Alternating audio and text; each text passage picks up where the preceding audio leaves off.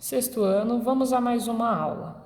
Na página 88, nós temos um novo conteúdo chamado Estudo Semântico das Palavras. Lembrando que semântica é a área do conhecimento que estuda o sentido das palavras. Eu sempre ensino a vocês que a palavra ela só faz sentido dentro de um contexto, ou seja, dentro de uma aplicação.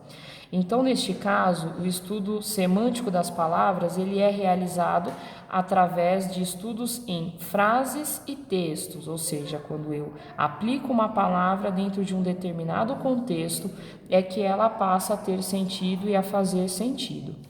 Isso nos auxilia na nossa capacidade de interpretação, porque de acordo com a utilização daquela palavra dentro de uma determinada frase ou um determinado texto, é que ela fará sentido e poderá ser interpretada.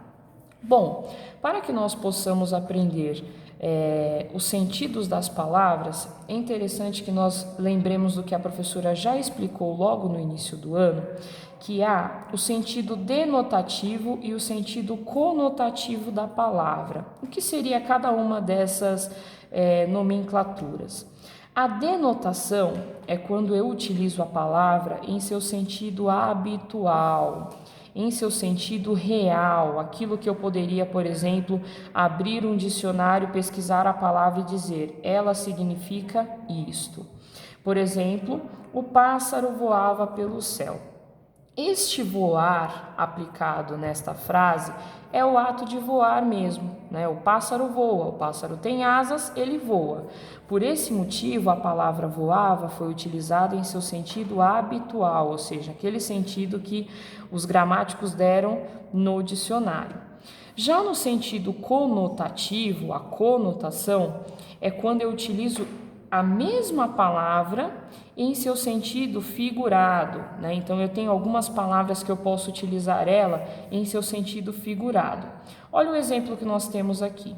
O carro voava na avenida. Quando eu vejo uma frase como esta, eu consigo entender que esse carro ele esteja andando em alta velocidade. Não necessariamente voando, né? Os carros não voam. Então eu posso dizer que essa palavra voar, este voava, foi utilizado em seu sentido figurado, ou seja, foi utilizado num sentido diferenciado daquele habitual que nós conhecemos. Isso é o sentido conotativo. Então, ao interpretar uma frase, ao interpretar um texto, eu preciso levar em consideração o sentido que foi dado àquela determinada palavra. O pássaro voava pelo céu, sentido denotativo. O carro voava na avenida, sentido conotativo.